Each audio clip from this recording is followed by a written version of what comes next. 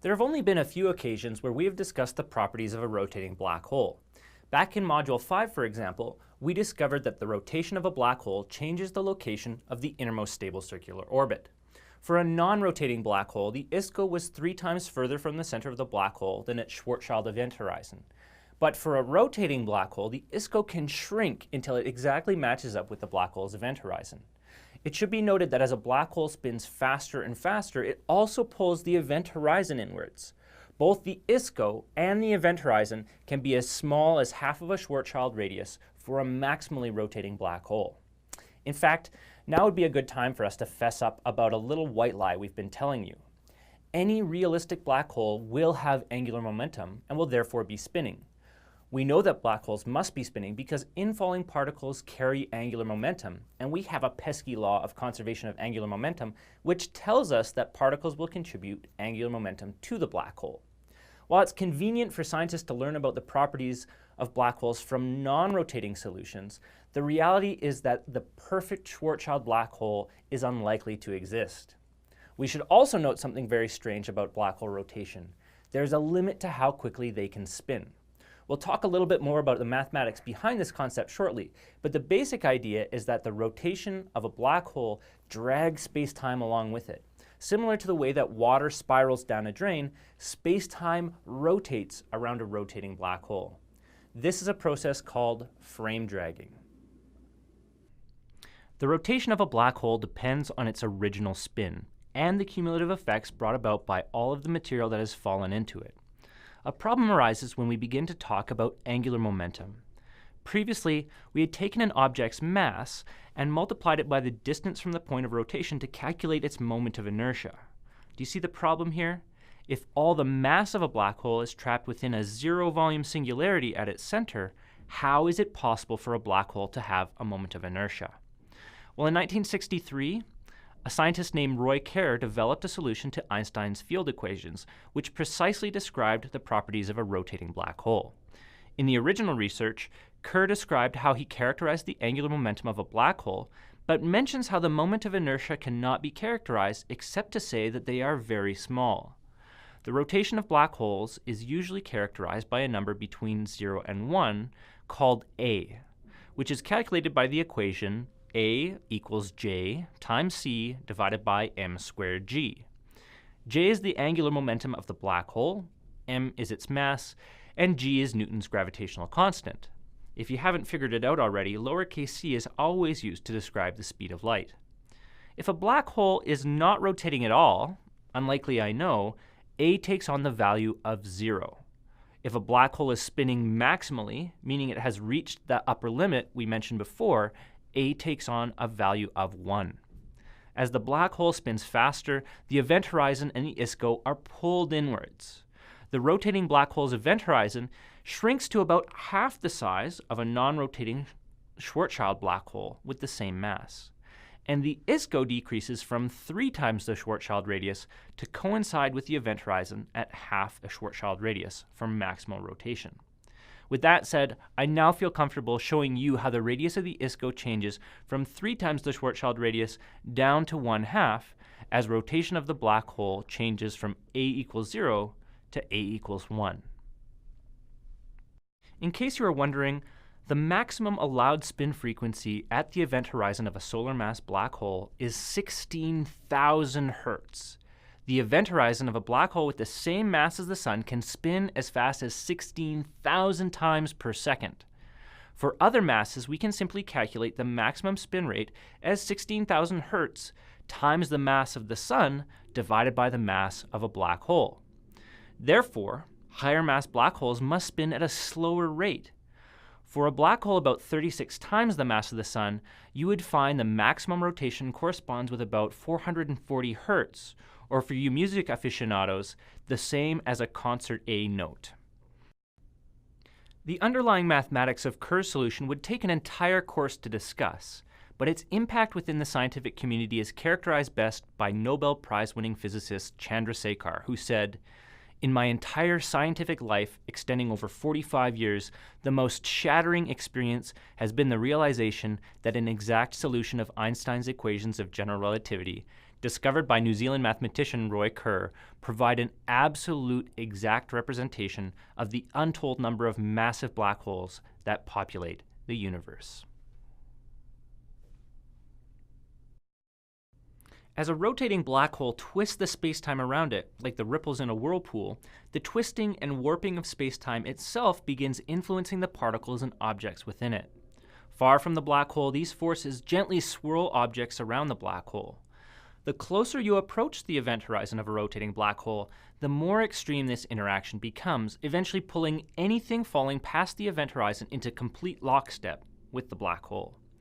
Let's have a top-down look at a non-rotating Schwarzschild black hole. In this diagram, there's a central, non-rotating black hole, and each point here represents some source of light. When a light source is far from the black hole, the light propagates outwards in all directions. As the sources approach the event horizon, the light sphere begins to distort towards the black hole's center.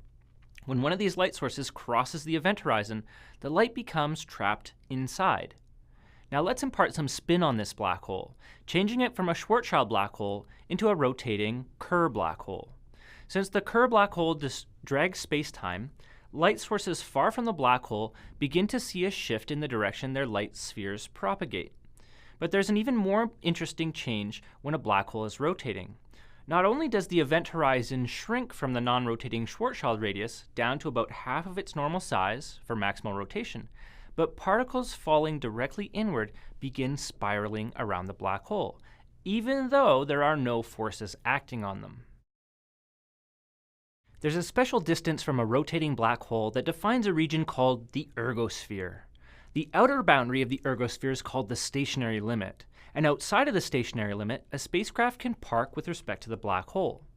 But within the stationary limit, no spacecraft can ever appear at rest to a distant observer. Even spacecraft entering the ergosphere orbiting the opposite direction to the rotation of the black hole will eventually be pulled by the spiraling spacetime into a co-rotating trajectory. Although the word sphere is part of ergosphere, the ergosphere is not actually spherical, but rather an ellipsoid. While the event horizon is still spherical, the ergosphere envelops the event horizon, only touching at the spin axis of the event horizon.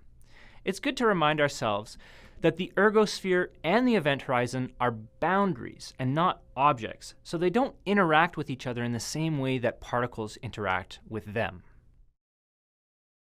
I'll emphasize now that a clever spaceship captain can still escape from the ergosphere and can in fact steal rotational energy from the black hole. The word ergosphere comes from the Greek root ergon, which means work. The ergosphere is so named because it's theoretically possible to extract the energy from the black hole's rotation with some clever tricks. For example, from within the ergosphere, you could throw a ship's garbage against the rotation of the black hole, accelerating the ship forward, and in the spiraled spacetime, end up with more kinetic energy than you started out with. In a case like this, you're stealing energy from a black hole's rotation. Roger Penrose first described this process of stealing energy from a rotating black hole in 1971, which is why we call it the Penrose process. Without going into detail, within the ergosphere it's possible for the energy of a particle to become negative, a consequence of the changing coordinate system at the stationary limit. Ultimately, what this means is a super advanced civilization could survive around a rotating black hole, extracting a surplus of energy using the Penrose process until a black hole's rotational energy has been sapped. They could also do the reverse, storing energy as the angular momentum of a black hole and extracting it at a later time. It might seem far-fetched to you to be talking about spiraling spacetime and frame dragging, but it's possible to measure the gravitational effects of a rotating body without a black hole at all. In fact, a space probe, aptly called Gravity Probe B, was launched back in 2004 to investigate just how strong the frame dragging effects are here on Earth. Gravity Probe B carried 4 incredibly precise gyroscopes in order to measure these effects. At the time of their construction, these gyroscopes were the most spherical objects ever made, differing from perfectly round by no more than 40 atoms on a sphere roughly the size of a ping pong ball. Since the effects are quite a bit weaker around a planet like Earth compared to black holes, it took 4 years of operation before NASA reported agreement with Einstein's theory of general relativity. We've been hiding a few details of the Kerr black hole behind the veil, as it were.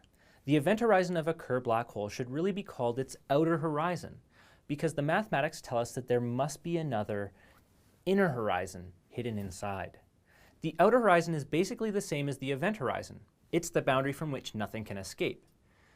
Even if you've fallen through the outer horizon, it's still possible to receive information from beyond the event horizon, right up until you fall through the inner horizon, often called the Cauchy horizon. The Cauchy horizon marks a boundary within a black hole where information from the entire history of the universe is compressed.